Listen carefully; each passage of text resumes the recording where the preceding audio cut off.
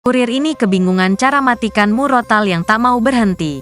Cerita lucu kurir sebagai pengantar barang pesanan customer memang tidak pernah ada habisnya. Salah satunya adalah kurir yang mengantarkan kotak speaker. Sebuah video memperlihatkan kegelisahan seorang kurir yang hendak mengantarkan paket berisi speaker murotal yang tak kunjung bisa berhenti. Akibat dari bunyi dari paket speaker, sang kurir malah merasa sedang dingajin oleh paket tersebut. Video yang diunggah oleh akun TikTok @gustidingrat berhasil mengundang tawa dari warganet pasalnya.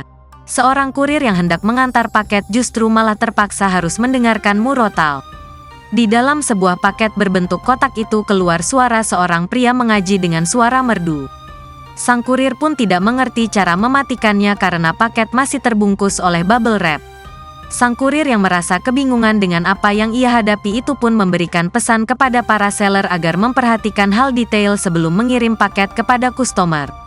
Salah satunya yaitu seller perlu untuk memperhatikan agar tidak memasang baterai ke speaker yang hendak dikirim.